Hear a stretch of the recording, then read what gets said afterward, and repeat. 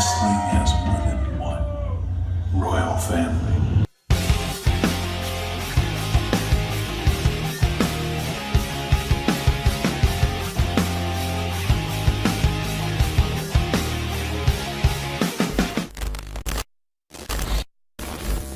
Ce lundi soir, à Raw, la WWE a utilisé une technique qu'ils ont utilisée pour SummerSlam et qui a marché.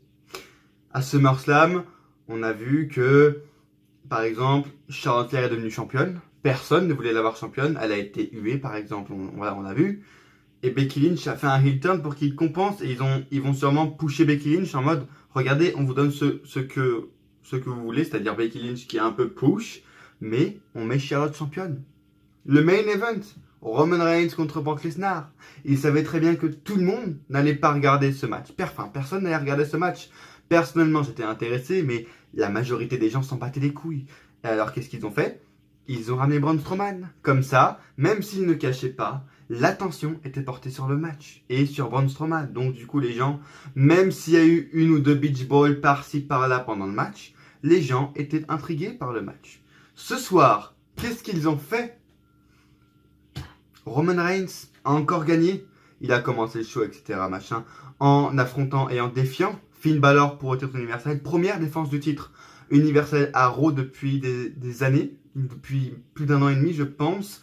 Voilà, les vacances pour le titre sont enfin finies. Et il a défié Finn Balor pour le titre universel. Et ça, c'était très bien. On va y revenir plus tard, mais ça, c'était très très bien. Et en main event, Roman Reigns a gagné, etc. Personne ne veut voir Roman Reigns champion et encore pusher. On en a marre de Roman Reigns pusher. Et qu'est-ce qu'ils ont fait pour faire passer la pilule? Ils ont ramené The Shield. Alors, c'est bien. Personnellement, je dis pas que faut pas kiffer. Moi, personnellement, j'ai kiffé le moment. Quand tu vois Rollins et Ambrose arriver en mode vraiment mes deux psychopathes, en mode peu importe qui est sur le ring, on va le niquer. C'était Braun Strowman et Seth Rollins et Dean Ambrose sont arrivés en mode mec, t'es peut-être Braun Strowman, mais on va te niquer ta mère. Et c'était bon, personnellement, j'ai apprécié ce moment comme il était. Je veux dire, Braun Strowman qui se fait entourer par The Shield. C'est hyper bon, c'est hyper kiffant en réalité. Donc, si vous avez kiffé, c'est tout à fait normal. Mais, parce que j'ai kiffé également, mais il faut penser plus loin. Pourquoi ils ont fait ça? À votre avis? Comme je vous l'ai dit, personne ne veut de Roman Reigns champion, alors ils font passer la pilule en nous donnant quelque chose qu'on aime bien. Et à chaque fois, c'est ça. À SummerSlam, je viens de le dire, c'était ça. Et là, ils ont fait pareil. Ils nous donnent quelque chose qu'ils aiment bien, mais en réalité, ils nous mènent en bateau. On est leur pantin. Et ils nous mènent en bateau. Et depuis SummerSlam, ils font ça et ils nous mènent en bateau. C'est la nouvelle technique de la WWE pour faire passer leur truc, tu vois, faire ce qu'ils veulent. Par exemple, Roman Reigns champion, Charlotte Flair championne. Ils font passer leur truc, tu vois, ils leur font passer, mais ils se disent quand même, bon, là, faut arrêter les conneries, il faut quand même un peu faire plaisir aux fans, parce que là, il y a un peu la New Japan qui nous colle au cul, donc il faudrait peut-être un peu pousser, quoi, tu vois, un peu booster les trucs, quoi. Et bah, c'est ce qu'ils font, mais en même temps, voilà, ils nous carottent, tout simplement. Si vous croyez pas, tout simplement, que le Shield a été recomposé pour Roman Reigns, les gars, je vais vous donner des explications et des causes, tout simplement. Si vous ne croyez pas à ce que je dis, Vince, ça a été sorti juste après SummerSlam. Vince a raccourci le main event de SummerSlam parce qu'il avait trop peur que Roman Reigns se fasse huer. Il avait peur que Roman Reigns se fasse encore plus huer comme au Raw Post Mania 33 là, où il s'était fait défoncer. Et même s'il a raccourci le main event, le mec s'est fait huer et à Raw, lundi, il s'est également fait huer. Et ça a été confirmé, et ça a également été confirmé hier, que le Shield a été ramené pour booster le règne de Roman Reigns. Le booster. Et en plus, le Roman Reigns en tant que champion universel est prévu pour durer quelques mois. Hein? Parce que ce qui est marrant, c'est qu'ils font en mode oui, Brock Lesnar n'est jamais là, il est trop longtemps champion, il faut arrêter, moi je vais être un vrai champion et tout. On en avait marre de Brock Lesnar, il était trop longtemps champion. Il a été beaucoup trop longtemps champion, 1 an et demi. Et il y a des rumeurs, après encore une fois c'est des rumeurs, mais moi ça m'étonnerait pas que ça se passe. Il y a des rumeurs comme quoi Roman Reigns resterait champion jusqu'à WrestleMania 35. C'est une blague. Non mais c'est du foutage de gueule, vraiment. C'est du foutage de gueule et c'est tellement forcer. Je parle pas souvent de Roman Reigns dans mes vidéos parce que voilà, vous avez tous les youtubeurs français WWE qui font ça, donc bon voilà, je pense à peu près la même chose, mais là quand on se fout de ma gueule comme ça, c'est bon, à un moment donné, faut arrêter de déconner. Voilà, c'est trop du forcing en fait, on force vraiment beaucoup trop. Il faut arrêter de nous forcer la gueule. Moi, j'ai pas jugé. Vous avez bien vu ma review de SummerSlam. Si vous l'avez toujours pas vu, elle est sortie hier soir. D'ailleurs, ma connexion, on en reparlera tout à l'heure, mais bref, c'était n'importe quoi. Dans ma review de SummerSlam, j'ai pas jugé. J'ai pas dit que j'étais pas content pour Roman Reigns. J'attendais de voir ce qu'il allait donner en tant que champion universel. Est-ce qu'ils allaient lui donner une autre gimmick, un autre look en tant que champion universel? Est-ce qu'ils allaient arrêter de le sucer? Mais non, ils n'arrêtent pas. Roman Reigns, the big dog, the big dog. Est-ce que vous avez entendu les commentaires, que ce soit de Corey Graves, de Jonathan Scotchman, de Corey Graves? Même Corey Graves commence à sucer la bite de la WWE. Aucun des trois commentateurs, aucun, n'a le droit de dire du mal de Roman Reigns. Est-ce que vous avez entendu une seule fois dans le show un des commentateurs dire une seule chose mal de Roman Reigns? Enfin, je veux dire, même Corey Graves commence à dire Oh my god, Roman Reigns is the real champion. Ferme ta gueule, mais ferme ta gueule, vraiment.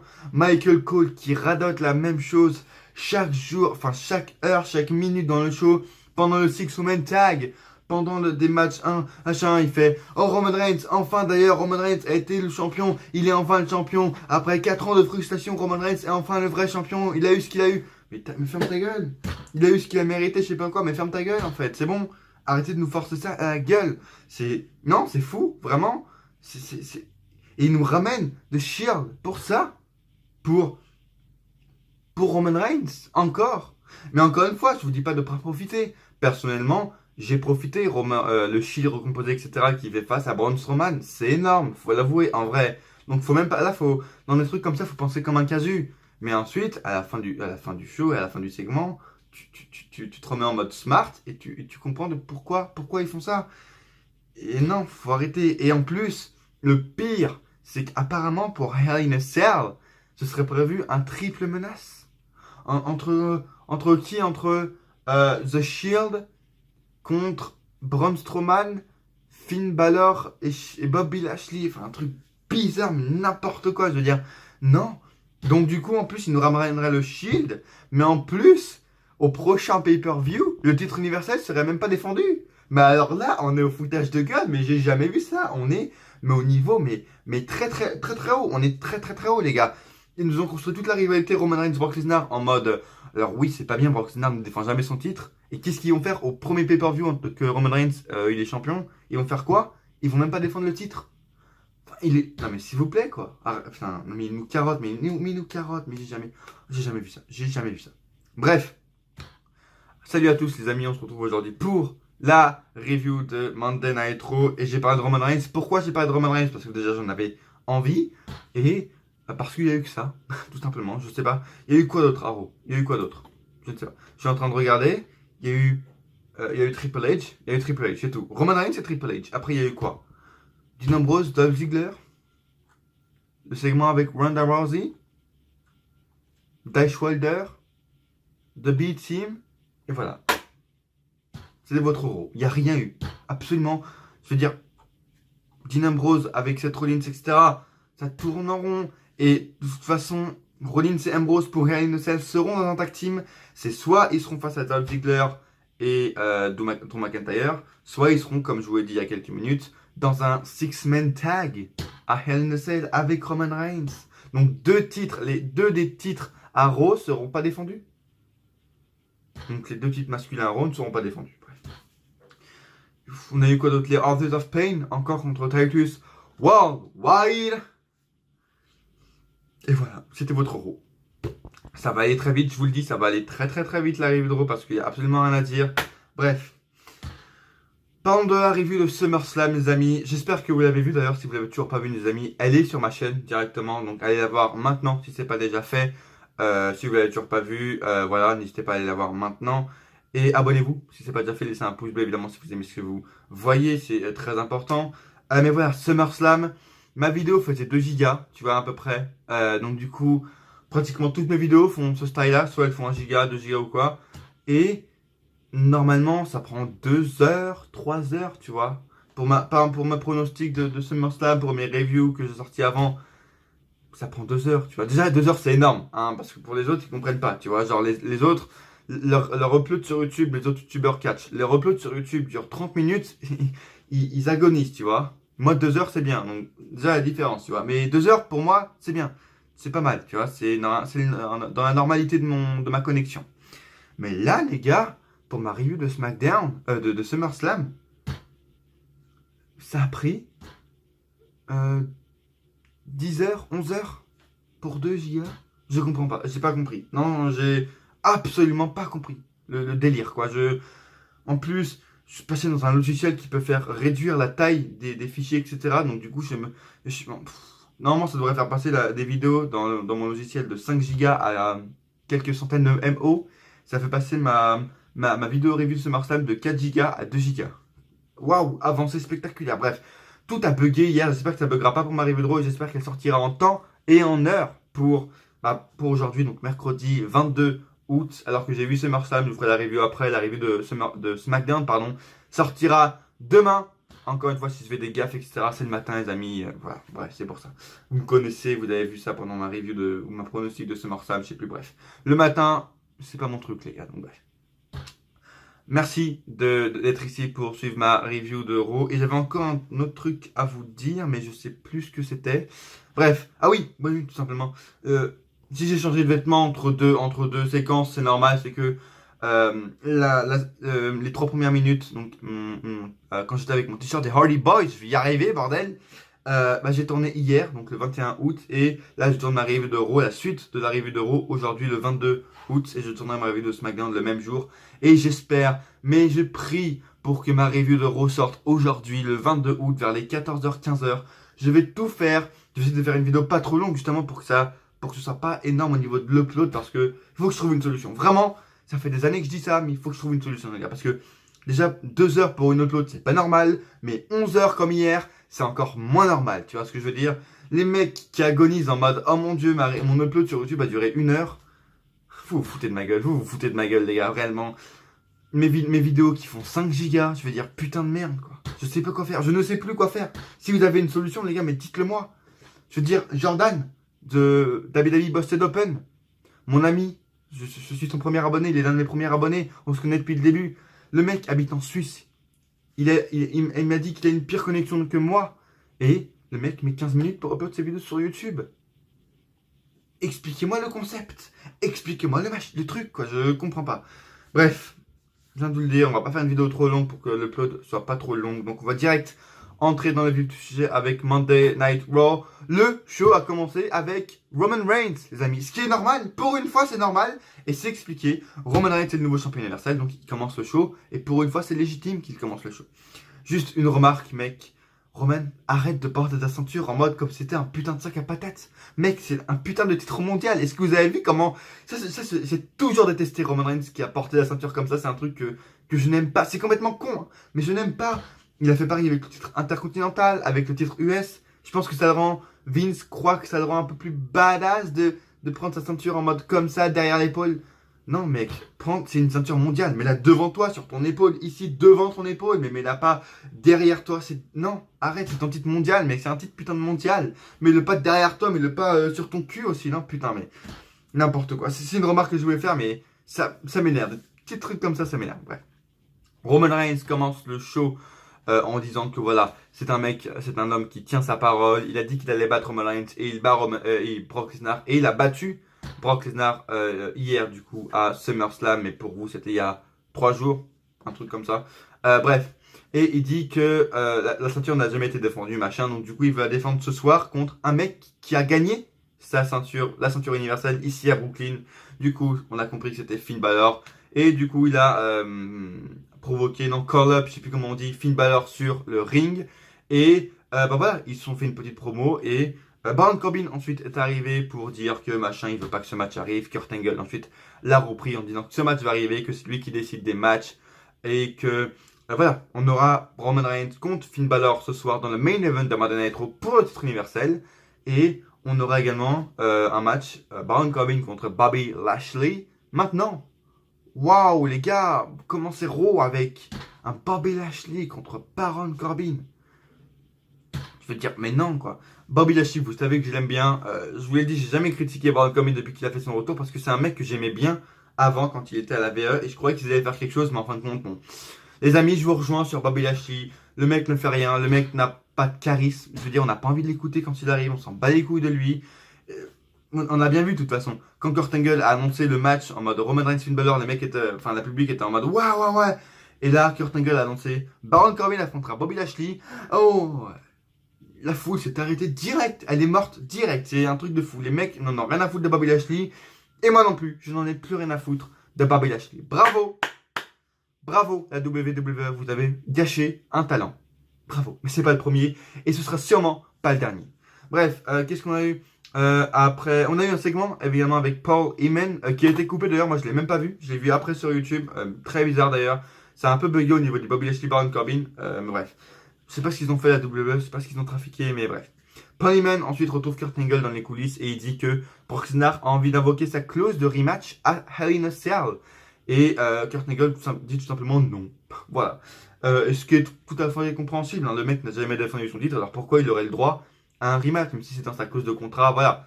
Il se rend un peu l'appareil entre Kurt Angle et Brock Lesnar, il rend un peu l'appareil à Brock Lesnar en mode voilà, tu t'es pas présenté pendant 1 an et demi, et bah t'as pas le droit à ta chance au rematch, tout simplement. Mais bon, je pense quand même que Brock Lesnar va avoir sa chance au rematch parce que on a un nouveau GM, bref, on en parlera un tout petit peu après, mais je pense que Brock Lesnar aura le droit à son rematch à Hell in a Cell ou Survivor Series, j'en sais rien, bref.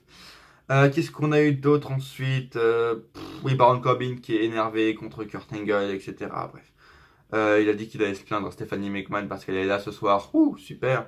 Ensuite, oh my god, Six Women Tag, le retour des Six Women Tag. Et est-ce que vous avez remarqué, dès qu'il y a un Six Women Tag, c'est toujours les mêmes. Depuis 6 mois. Depuis 6 mois, dès qu'il y a un Six Women Tag, c'est toujours les mêmes Women's. Ruby Riott, enfin le Riott Squad contre Sasha Banks et Bayley. Et Ember Moon. Voilà. Et c'était ça ce soir. Qui a gagné? Ruby Riott? Oui, enfin le Riott Squad a gagné. Très bien d'ailleurs, c'est Ruby Riott qui prend la victoire, très très bien. Comme je vous l'ai dit, comme je vous le dis depuis le début, dès qu'elle est arrivée dans le main roster. J'aime beaucoup Ruby Riott, je l'aimais beaucoup à NXT. C'est très con qu'elle ait fait un heel turn. Moi j'aurais peut-être imaginé un truc quand elle a fait son retour vers SummerSlam un peu avant de sa blessure. J'aurais aimé qu'elle turn face contre Sarah Logan et Liv Morgan en mode, tu vois, pendant sa blessure, elle se serait rendu compte que c'est pas bien ce qu'elle fait, etc. J'aurais bien aimé un face turn, mais bon, bref. Ruby Riott serait tellement meilleur en face, même si elle est pas trop mal en heel, mais voilà. On a eu ensuite un des meilleurs segments. Je vous en ai pas parlé avant, j'aurais peut-être dû en parler dans le résumé que j'ai fait. Bref, pas grave. Triple H est arrivé, le meilleur segment du show. Et Triple H, même à son âge, nous prouve que c'est le meilleur catcheur, le meilleur au micro de sa génération, tout simplement. Triple H arrive et on se demande qu'est-ce qu'il va nous annoncer. Moi, je croyais qu'il allait nous annoncer un début à NXT ou un retour, je sais pas, mais non. Mais c'est bien qu'il nous annonce ça. Il nous a tout simplement parlé de son match face à l'Undertaker. Et voilà, il nous a dit que face à l'Undertaker, je vous rappelle, au Super Showdown, il aura un match contre l'Undertaker en Australie. Et voilà, il dit avoir accepté le match Super Showdown, pardon, je vais y arriver, j'y arrive plus. C'est le matin, désolé les amis, je suis plein de bafouillages, je suis désolé, c'est le matin, bref, je sais plus parler. Il a accepté le match parce que voilà, comme il l'a dit sur Twitter, etc., c'est du unfinished business, il avait encore des comptes à régler avec l'Undertaker, etc. Et bref, il est en train de tout simplement de nous hyper. Si vous avez envie de la voir, la promo, elle est sur la chaîne YouTube de la WWE. Et voilà, j'ai hâte de voir ce match, le last time ever entre l'Undertaker et Triple H. Qu'est-ce qu'il dit d'autre? Je regarde. Non, ouais, il parlait de l'air, etc. Que de leur air avec Triple H et Undertaker est de retour, alors que voilà, bref. Allez voir la promo de Triple H sur YouTube, elle est très très très bonne. Et j'aime bien ça, parce que je vous l'ai pas dit avant, parce que j'avais pas fait de review de Raw depuis 2-3 semaines. Mais j'avais envie de voir une sorte de petite rivalité qui s'installe entre Triple H et l'Undertaker. J'avais envie de voir une rivalité, et pourquoi pas l'Undertaker qui apparaît la semaine prochaine et qu'on ait une vraie rivalité entre Triple H et l'Undertaker. J'aimerais beaucoup qu'ils nous fassent une rivalité entre Triple H et Undertaker pour leur dernier match de l'histoire. J'aimerais bien. Et j'espère qu'on va partir sur ça et que l'Undertaker va apparaître dans la semaine suivante. Vraiment, j'espère ça. Dean Ambrose de retour sur le ring affronte Dolph Ziggler. Et voilà, je sais victoire de Dean Ambrose pour son retour et je sais pas ce qui va se passer avec Seth Rollins. Dean Ambrose, est-ce qu'ils vont affronter Dolph Ziggler et Drew McIntyre ou est-ce qu'ils vont faire un match avec ensemble avec le Shield et avec Roman Reigns, je sais pas ce qui va se passer, je sais pas ce qui va se passer avec eux, bref. Ça me hype pas du tout ce qui se passe avec eux, mais vraiment, mais pas du tout. Le seul truc qui me hype et voilà, c'est Dean Ambrose. Parce que le mec, là, est construit comme un lunatique silencieux. Et ça, c'est très très kiffant. Les gens se détachent là. Tout le monde dit qu'ils sont déçus parce que Dean Ambrose n'a pas fait de heel turn. Mais les gars, c'est très bien en fin de compte. C'est très bien parce que on sait pas, c'est un lunatique. Donc du coup, il peut le faire maintenant, il peut le faire demain, il peut le faire même pas à Raw. Il peut le faire, il peut aller chez Dean Ambrose, il peut aller chez Seth Rollins dans la semaine, il peut faire un heel turn chez lui dans sa maison. Il peut faire plein de trucs et c'est très bien. Là, il nous construit Dean Ambrose en mode lunatique silencieux. On ne sait pas ce qu'il pense dans sa tête, on ne sait pas ce qu'il va faire. Là, dans le match, il aurait pu faire un heel turn d'une minute à l'autre et c'est très bien. C'est un mec comme ça qu'on veut, un lunatique silencieux. On ne sait pas ce qu'il va faire. Le mec peut péter un câble d'un seul coup et après, c'est très bien comment ils construisent. Et voilà, on est hypé. En plus, il a un nouveau look qui nous hype et qui nous excite. Donc, on peut être que hypé, on peut que attendre ce qui va se passer et avoir hâte de ce qui va se passer avec Dean Ambrose, avec son nouveau look. Et voilà, c'est une nouvelle gimmick, j'ai envie de dire entre guillemets, mais très hâte de voir ce qui va se passer avec le lunatique silencieux Dean Ambrose. Mais si ça part avec Seth Rollins, machin, bref. La rivalité entre les quatre, je m'en bats les couilles, mais Dean Ambrose, ça m'intéresse réellement. Braun Strowman ensuite est venu dans les coulisses, était dans les coulisses et a prévenu Finn Balor que ce soir, peu importe qui gagnera, il prendra le vainqueur et cachera sur le vainqueur. Elias ensuite est arrivé sur le ring. Oui, il est arrivé sur le ring. Et voilà, il nous a reparlé de l'accident d'hier, enfin de dimanche du coup à SummerSlam où sa guitare s'est pétée, etc. Voilà, quelques critiques sur Brooklyn encore une fois, la basse quoi. Elias était encore très très bon ce soir, comme d'habitude j'ai envie de dire. Et on a Kurt Hawkins qui l'a interrompu. D'ailleurs, Kurt Hawkins, les gars, à chaque fois que j'entends sa musique, je sais même pas que c'est sa musique en fait. Et donc à chaque fois que j'entends la musique de Kurt Hawkins, on entend tellement peu souvent qu'à chaque fois que je crois que c'est un début, un retour de blessure, ou un début de mec de la NXT, ou un début... À chaque fois les gars, là quand j'ai entendu la musique de Kurt Hawkins, je croyais que c'était un nouveau mec qui allait arriver. Bref. Et je sais pas si vous faites ça, dites-moi dans les commentaires si vous faites ça à chaque fois que vous entendez une musique d'un mec qui apparaît jamais, si vous croyez que c'est un nouveau... Moi c'est parce que ça me fait ça avec Kurt Hawkins. À chaque fois que j'entends sa musique, je crois que c'est un début de NXT ou un retour. À chaque fois, vraiment, c'est... Bref, ça m'a encore fait ce soir. Donc on est parti ensuite sur un Elias contre Kurt Hawkins. Et évidemment, Elias a battu Kurt Hawkins pour sa 219e défaite de sa carrière. Tout simplement, d'affilée, c'est... Arrêtez avec ça, c'est... Oh mon dieu, on va passer au segment par équipe, enfin à la division par équipe, les amis. J'espère que vous êtes prêts parce que ça va être très très rapide et très très dur. Donc je vais essayer de faire très très rapide justement. AOP affronte Titus Worldwide encore une fois. AOP gagne avec leur last chapter. Qu'est-ce qu'ils font avec AOP? Pourquoi ils sont arrivés dans le main roster? On ne sait toujours pas. Qu'est-ce qu'ils font? Je ne sais pas. Mais où est donc Corny Carr? J'en sais rien. AOP ne servent à rien. Et même s'ils sont les prochains challengers au titre, même s'ils sont les futurs champions, même s'ils sont les futurs challengers au titre de B-Team, je n'en aurais rien à foutre. Mais rien à foutre. Et je parie, mais je vais vous parier tout ce que vous voulez, que si Authors of Pain affronte un jour de B-Team pour être par équipe, ils vont en chier. Ils vont en chier et ça va être fou. Ça va être très très très fou. Ouais. Voilà. Fini. Voilà. Plus de division par équipe. Voilà. Je vous ai dit que ça allait être rapide. J'ai pas envie de parler plus longtemps de la division par équipe parce que il se passe rien. Et si vous avez bien remarqué, tous les titres ont changé de main presque à SummerSlam. Les deux seuls titres du main roster qui n'ont pas changé de main, c'est les titres par équipe. Voilà. C'est pour vous dire à quel point la WWE n'en a absolument mais rien à carrer de la division par équipe du main roster.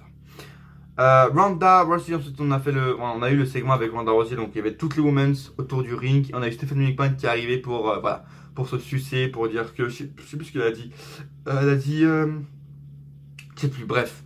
Ça, on s'en bat les couilles en fait, on s'en bat réellement les couilles. Ronda Rousey est arrivée pour lui faire une putain de hambar et pour péter le bras de Stephanie McMahon. Très bien, j'espère qu'on va pas partir, mais j'espère tellement qu'on partira pas sur un Ronda Rousey contre Stephanie McMahon à Evolution, les gars.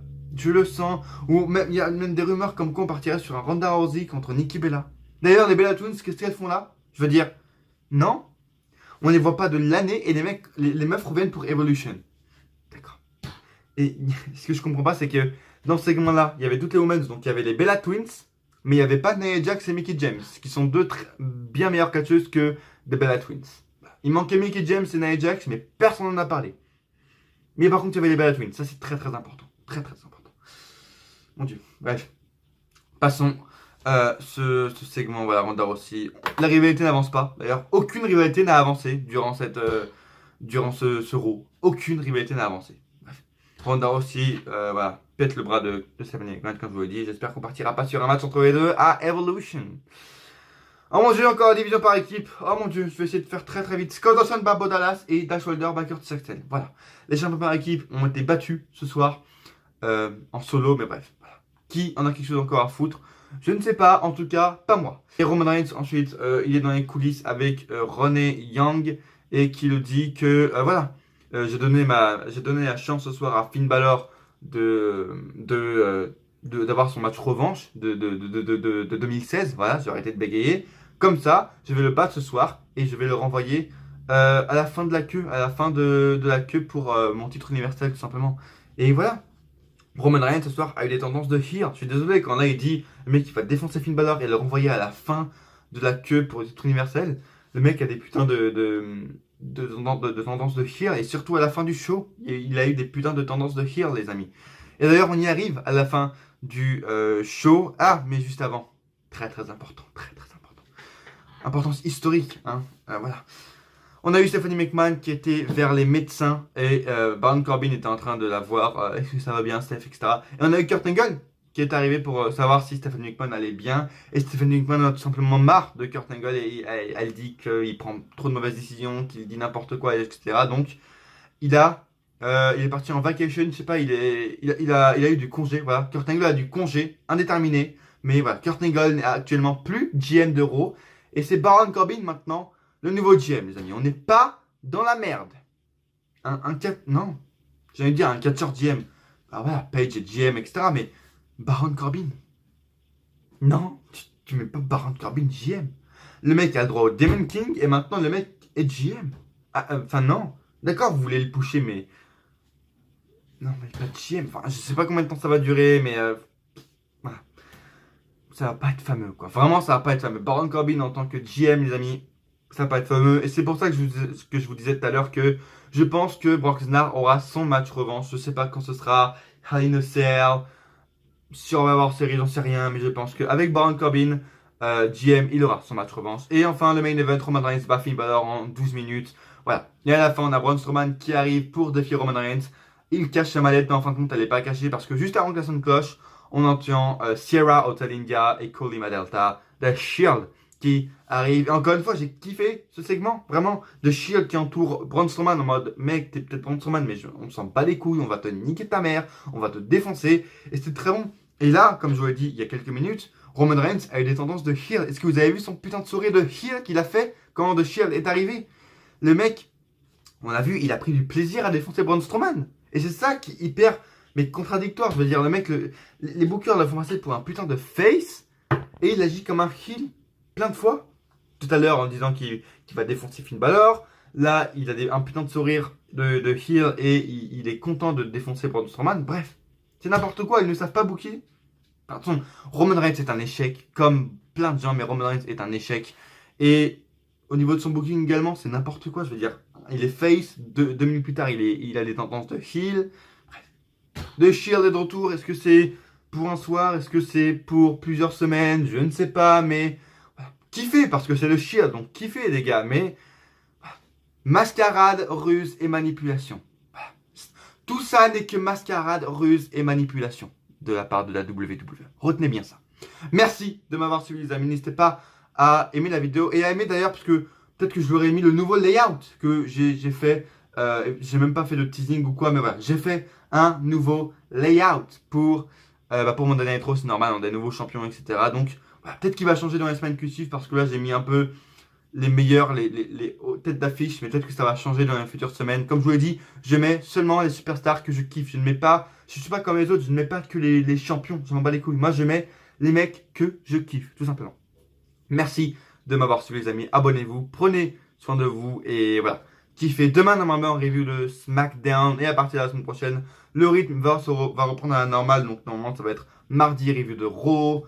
Rive le SmackDown le mercredi, etc. normalement. Donc, be ready. Et dans la description, les amis, il y a tous mes réseaux sociaux. C'est très important de me suivre sur Twitter, sur Facebook, pour vous tenir informé de la sortie de mes vidéos. Tout simplement. Merci de m'avoir suivi, les amis. Et à coup sûr, on se retrouve dans une prochaine vidéo. Ou pas.